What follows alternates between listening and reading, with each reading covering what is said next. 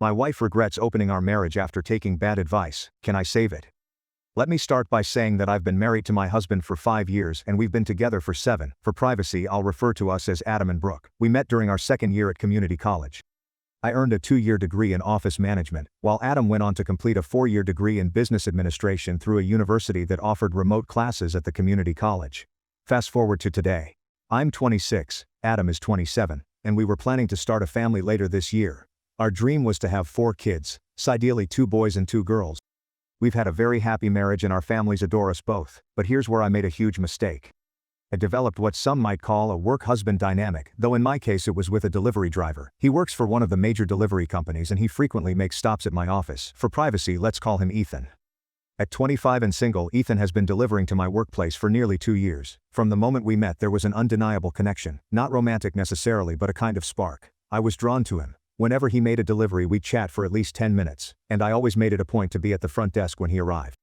Then one day our conversation took an unexpected turn. Ethan told me he had a personal question to ask, but didn't want me to feel offended or for it to jeopardize our interactions. I assured him it was fine and encouraged him to ask.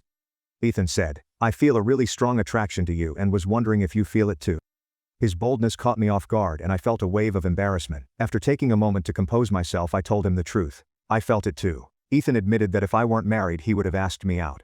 I thanked him for the compliment and that was the end of the conversation. He left and life moved on, or so I thought.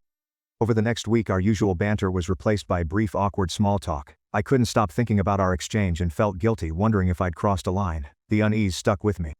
At home things with Adam were great. We were enjoying married life, and I had always been completely satisfied with him as a husband, friend and lover. He was in many ways perfect for me, and I believed he felt the same about me. But despite how wonderful Adam was, I started fantasizing about having the best of both worlds, maintaining my loving marriage while exploring some kind of relationship with Ethan. It was selfish and I knew it, but the thought lingered. I later discovered that this concept is sometimes referred to as being a cake eater. Intrigued, I began researching polyamory and open marriages, reading articles and personal stories about people navigating relationships like the one I had started imagining. At first I thought the idea of open marriages was ridiculous and unappealing, so I didn't dwell on it much. I also knew Adam would never agree to something like that. Even if he did, it could damage our marriage and potentially alienate both of our families, something I absolutely didn't want to happen. Weeks passed and my married life continued to be wonderful as always, but the thought of connecting with Ethan lingered in the back of my mind. I found myself researching the topic again and one day I stumbled upon a blog post titled, "It Doesn't Hurt to Ask." The post was written by a woman who claimed to have a thriving open marriage. She described how much she loved her husband, but also wanted to explore a relationship with a man she met while volunteering. For 2 years she kept these feelings to herself, fearing the conversation would ruin her marriage. Then, during a long car ride, she decided to take the risk and brought it up with her husband. To her surprise, he was open to the idea. They eventually agreed to open their marriage and began seeing other partners a few times a month. According to her, their marriage was stronger and happier than ever, even after 4 years of this arrangement. Her story resonated with me. It was exactly what I secretly wanted, but I was too scared to ask Adam about it. One Sunday morning while we were lounging at home casually chatting and scrolling through our phones, I decided to test the waters. "I just read an interesting post about open marriages," I said. "What's your opinion on them?" Adam looked up, puzzled, and asked, "Do you mean couples sleeping with other people?" I nodded. "Yeah, what do you think about it?" His expression immediately turned to disgust. "I think it's gross," he said. "If someone wants to sleep around they should just get divorced." I tried to explain. "It's becoming really popular here in the US and in other Western countries," but his face showed nothing but disapproval. Realizing the conversation wasn't going anywhere, I quickly changed the subject. After his reaction I decided I would never bring it up again. The last thing I wanted was to jeopardize our marriage, which was otherwise amazing. A couple of weeks later, Adam and I were lying in bed together after an incredible night of intimacy. I was curled up on his chest, unable to see his face, when he suddenly asked, "Who were you thinking about when you brought up open marriages the other week?" My heart sank. A wave of panic washed over me as I slowly raised my head to look at him. "What are you talking about? What do you mean?" I asked nervously. Adam's expression was serious. "I read some research," he said, "that suggests when a woman mentions an open relationship she's either already cheated or has someone in mind she wants to cheat with." His words hit me like a ton of bricks. I felt exposed, like all my secret thoughts had been laid bare. Adam must have noticed the effect his statement had on me, because he added, "I know you too well." "I can tell you're hiding something," Adam said. "So, be honest." I froze, looked away, and finally said, "I've never cheated on you and I never would." I could have left it there but I didn't. Instead I added, "If we ever did consider an open marriage, there's someone at work I might consider." Adam's expression didn't change as he asked, "Tell me about this work friend." I took a deep breath and started explaining my interactions with Ethan. How he was a delivery driver who'd been stopping by my office for 2 years, the conversations we'd had, and even the time he admitted he was attracted to me. However, I left out the part where I reciprocated his feelings. Adam's next words startled me. "You know, technically you've already cheated on me." I immediately became defensive. "No, I haven't," I snapped. He calmly replied, "Yes, you have. What you have with this Ethan guy is called an emotional affair." I had never heard of the term before, so Adam explained it to me. The more he spoke, the more frustrated I became. Finally, he suggested we drop the topic for now, as he had an early morning ahead and needed to sleep. Adam fell asleep quickly, but I couldn't. Instead, I grabbed my phone and started researching emotional affairs. I read article after article and post after post. And Adam was right. What I had with Ethan wasn't just close to an emotional affair, it was a full-blown one. I felt terrible, like I had betrayed my husband in a deeply personal way. Unable to sleep, I went downstairs, made myself some tea and eventually drifted off on the couch around 4 a.m. At 6:45 a.m., Adam woke me with a kiss, telling me he was leaving for work and reminding me to start my day. I kissed him back, told him I loved him, and put even more emphasis on the words than usual. Several days passed, and one night as we lay in bed after an intimate moment, Adam suddenly said, "I'd be willing to try an open marriage if that's what you really want." His words shocked me. "Why are you bringing this up now?" I asked. He explained that he'd been thinking about our conversations and felt that if it was something we wanted, it would be better to try while we were young. I expressed cautious interest but reassured him, I would never want to jeopardize our marriage or our love. "You're the most important person in my life." Adam's response surprised me again. "If our bond of love is strong, it will withstand infidelity." I countered, "If it's a mutual open relationship, it's not infidelity, we'd both be agreeing to it." He didn't address my point directly. Instead, he said, "Consider our marriage open starting now." Taken aback, I urged him to slow down.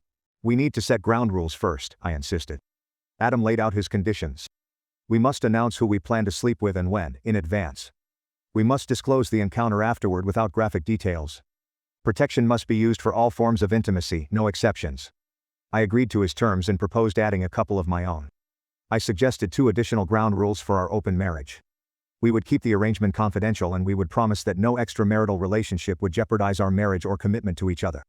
Adam immediately rejected both conditions. When I asked why, he simply said he didn't agree with them and refused to discuss it further. His response was completely out of character and it left me feeling uneasy. Still, I cuddled up to him and we eventually fell asleep.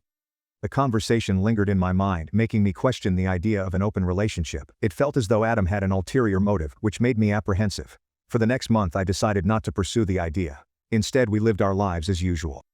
During this time, I kept my interactions with Ethan at work strictly professional. Our conversations were brief and superficial, small talk about the weather, workload, or other mundane topics. Then one day Ethan told me he missed our deeper conversations and asked if something was wrong. I brushed it off, saying I was just busy at work and home, but in my head I was debating whether to tell him about the open marriage. Eventually I decided I would, a choice I wish I could undo. Since it felt inappropriate to discuss such matters at the office, I invited Ethan to meet me for a drink after work. He agreed without hesitation. We met at a local bar with an outdoor patio, perfect for the warm spring weather. Over drinks I told him about my recently opened marriage and asked if he'd be interested in starting a relationship with me. Ethan didn't hesitate. He immediately said yes, adding that he'd been waiting for me to make a move and hadn't pushed out of respect for my situation. He even admitted to having dreams about me for months. The conversation turned flirtatious, and by the end of the evening we had agreed to meet at his apartment the following day after work for our first romantic encounter. I made it clear I'd need to leave by 6:30 p.m. to return home to Adam, who remained my top priority. That night, I went home and prepared a nice dinner for Adam. Over the meal, I told him about my meeting with Ethan and shared that we had scheduled a date for the next day at his place. I emphasized that this was conditional on Adam still being comfortable with the open marriage. Adam seemed taken aback. "Oh, so you're meeting him tomorrow?" he asked. I confirmed that, reassured him we could cancel everything if he wasn't okay with it. "Your feelings are my priority," I said. Adam insisted. "No, let's do this." We hugged, but I could feel stiffness and distance in his embrace, something I wasn't used to. I attributed it to nerves. We didn't talk much for the rest of the evening. Adam was occupied with work in his home office, and I had tasks of my own to finish. When we went to bed, I spooned him and tried to initiate intimacy, but he said he was too tired and needed rest. The next morning I woke to find Adam already gone. He'd left a text explaining he had an early meeting he'd forgotten to mention the night before. Adam added in his text that he'd see me that night. This was unlike him, but I dismissed it and went about my day, getting ready for work. I chose an outfit that I knew was particularly flattering, aware that I'd be meeting Ethan after work. Throughout the day I sent Adam a few texts, but he didn't respond. I began second-guessing my decision to meet Ethan and considered canceling. Looking back, I wish I had. At 4:17 p.m., I received a text from Adam. He simply wrote, I love you and I'll see you tonight. His message brought a sense of relief, and I took it as a green light to go ahead with my plans. Let me cut to the chase. Ethan and I met, and the experience was great. It didn't compare to the love or satisfaction I felt with Adam, but it was fulfilling in a different way, rooted more in lust and the thrill of doing something forbidden. After about an hour and a half, I left Ethan's place and arrived home just after 6:40 p.m. To my surprise, Adam wasn't home yet. I was okay with this since it gave me time to shower and throw my clothes into the washing machine to remove Ethan's cologne scent. While I felt physically satisfied, a heavy wave of guilt, shame and remorse hit me. I felt dirty, as if I'd betrayed the very essence of my marriage. To make up for it, or maybe to ease my own guilt, I decided to prepare a quick but special dinner for Adam. I even lit candles to set a romantic mood, wanting him to feel loved and cherished. In my heart I knew that what I'd done with Ethan was purely physical and didn't even come close to the love and connection I shared with Adam. I hoped the night would end with us making love, as a way to reaffirm our bond. Some of you might think this is selfish or gross, but I want to emphasize that I took every precaution. I used protection and ensured that nothing of an intimate nature lingered between Ethan and me beyond the physical act. By 7:30 p.m. Adam still wasn't home. I tried calling him, but my calls went straight to voicemail. I sent him a text letting him know I was home and waiting for dinner, but I heard nothing back. As the hours ticked by, I grew increasingly anxious. By 8:50 p.m. I was worried and kept trying to reach him, calling, texting and leaving messages. Around 9:30 p.m. I finally got a response. "Don't wait up, I'll be home late." I replied, asking where he was and who he was with, but he didn't respond. Exhausted, I eventually fell asleep sometime after midnight. I was jolted awake by the sound of the shower running in the spare bathroom. Groggy, I got up to investigate. The door was locked, a behavior completely out of character for Adam. So I knocked, but there was no answer. About 10 minutes later, Adam emerged, a towel wrapped around his waist. "Hey," he said casually. "How was your night?" "It was fine," I replied nervously, unsure of where this was heading. Then, without missing a beat, he asked me directly, "Did you sleep with Ethan?" I flinched at his choice of words but admitted, "Yes, Ethan and I were together."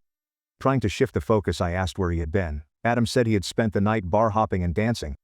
"Who were you with?" I asked, noticing the faint smell of perfume on his discarded clothes. He shrugged. "Since we didn't sleep together, I don't need to tell you who she was." Adam had never used harsh language with me before, so the fact that he dropped the F word in our conversation was alarming. I asked him why he had used the guest bathroom to shower, and he replied that he'd be staying in the guest bedroom and using the guest bathroom until I took 2 STD tests. His words hit me like a brick. "What?" I exclaimed. "This wasn't part of our rules. I made sure Ethan used protection for everything." Adam shot back, "Have you never heard of oral HPV or herpes? I'm not taking any chances. You can consider this my version of social distancing. I'm not getting within 6 feet of you until you're cleared." I was devastated. Tears streamed down my face as I begged Adam to close our marriage, telling him this was never what I wanted. "No way," he said firmly. "You had your turn. And now I'm going to have mine." I kept crying, but he coldly stated he was going to bed because he had an early meeting and needed rest. I spent most of the night sobbing on the couch, eventually crying myself to sleep. By the time I woke up, Adam was already gone. He left a text saying, "Don't wait up for me." I tried calling him, but he didn't answer. I sent texts and left messages throughout the day, but he didn't respond. My mind was racing and I felt sick to my stomach, convinced I had completely destroyed my marriage. There were no deliveries at work that day, so I didn't see Ethan, but at 4:30 p.m. I called him. My voice trembled as I asked if we could meet that evening. He agreed and mentioned that I sounded upset. I told him I was, but that we'd talk about it when I arrived at his place. When we met, I confessed everything. I told him I wanted to end our relationship and admitted it had been a huge mistake. "I loved my husband," I said, "and I want to focus only on him." Ethan listened and said he understood. However, he had one request. "Let's have one final hookup, and after that we'll only interact for work purposes." Reluctantly, I agreed. The encounter was brief, lasting less than 10 minutes and entirely unremarkable. As we finished, Ethan sighed and said, "That was terrible. You just laid there like a tree trunk." I apologized, explaining that the entire situation was a mistake and that none of it was his fault. I got dressed, gave him a final hug and turned to leave. As I reached the door, Ethan looked at me with a mix of disgust and pity. "I'll never understand women like you," he said. "What do you mean?" I asked, my voice cracking. He shook his head. "Nothing, no comment." The expression on his face said it all. I left his apartment quickly, tears streaming down my face the entire drive home. How could I have been so foolish? I had jeopardized everything, my marriage, my happiness, for nothing. Adam didn't come home until 1 a.m. that night. The next morning he left before I woke up, leaving me another text. "Don't wait up for me." The distance and coldness were unbearable. Adam's absence crushed my spirit. I missed our mornings together, the little routines that made our marriage feel warm and secure, preparing meals, cuddling on the couch, taking walks after dinner, and laughing about silly things. Now all I felt was the cold void I had created, and it was tearing me apart. Everything we had, our closeness, our routines, our connection, was gone. I missed it so much it hurt. I texted Adam and asked if we could talk tomorrow morning. He replied, "Okay, but it has to be first thing because I'm leaving for the day." I responded, asking where he was going, but he didn't reply. That night, Adam didn't come home until 1:30 a.m. I lay in bed, silently crying. He went straight to the shower, then climbed into bed without saying a word. I woke up early the next morning to wait for Adam. At 7 a.m. he came into the kitchen, poured himself a glass of orange juice and sat down at the table without looking at me. The air between us was cold and detached. He focused on his phone, avoiding eye contact. Desperate to break through his wall, I got up, walked over and sat on his lap. "Look at me," I said softly. He looked away, but I gently turned his face toward mine, locking eyes with him. "I love you with all my heart," I said. "I made a bad decision, not a mistake, a decision, and I regret it deeply. I'm sorry, and I'll do anything to earn back your trust and love." Adam's expression didn't change. He just stared at me, emotionless, as if I were a stranger. "Do you still love me?" I asked, my voice trembling. He said nothing. "Adam, please answer me," I begged. After a long pause he said quietly, "I don't know." My heart shattered. Tears streamed down my face. "I can make this right," I pleaded. Adam shook his head slightly. "I don't think you can," he replied. Frustrated and overwhelmed, I snapped, "You planned all this, didn't you? You set me up to divorce me." Adam sighed and said, "No, I didn't. But as soon as you brought up the idea of an open marriage, I knew our relationship was likely over. Everything I've read says it's a huge red flag."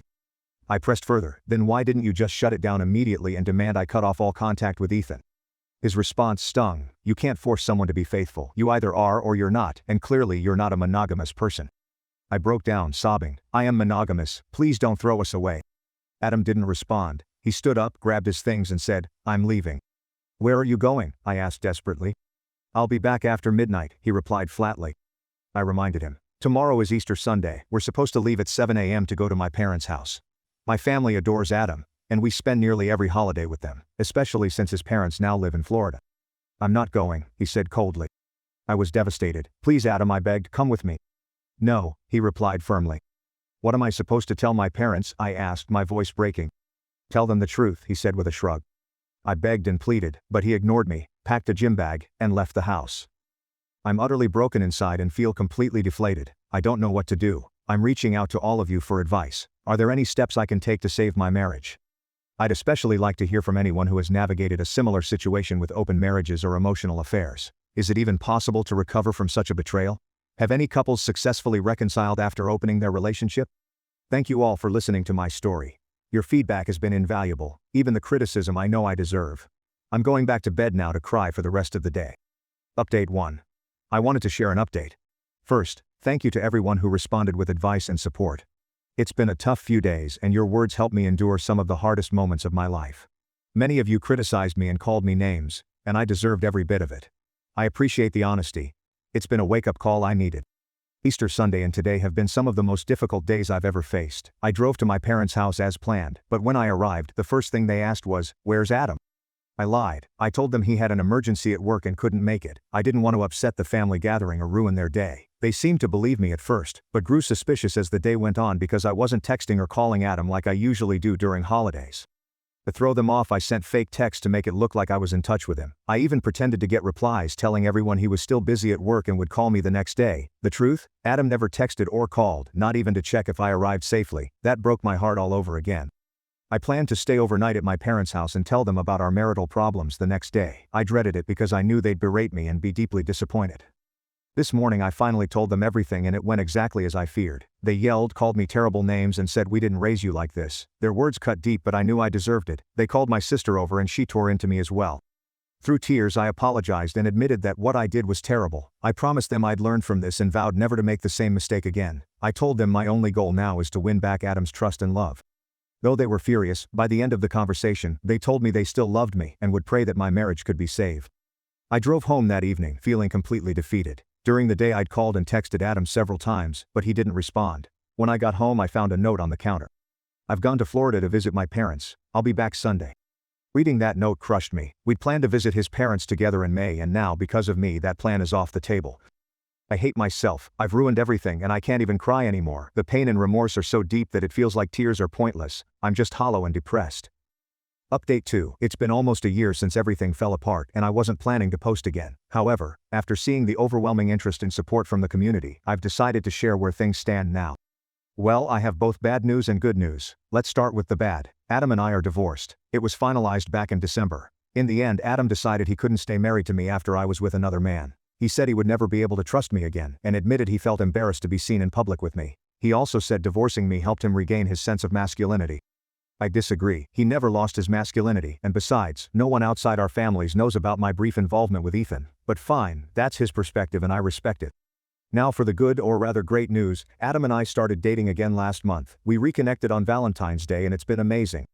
We only see each other on his terms, which has been about once a week, but the passion between us is off the charts. It's even more intense than when we first started dating 7 years ago. However, Adam has been very clear that this is purely physical. He has no intention of ever being married to me again, living together, or being in a committed relationship. I've reluctantly accepted this, for now. My ultimate goal is to win Adam back, and if I can't have him as my husband again, I want to have his children. Now before anyone gets the wrong idea, I would never baby trap him. That's not my intention. But I do dream of having children with this man because I love him, and can't imagine raising a family with anyone else. I've even thought through how we could share custody and make it work without being married. I know this might sound crazy, and I realize it would likely complicate or even prevent any future relationship I might have with another man, but the truth is, I don't want anyone else. Adam is the only one I want. Anyway, that's all I have to share for now. I probably won't post again unless something major happens, but I'd really appreciate your feedback on my situation. Do you think I'm crazy for dating Adam again? Should I let go and try to move on, start fresh and build a family with someone else? BS. Ethan is not an option, he never was. What happened with him was a bad decision I deeply regret and will never repeat. Thank you for listening.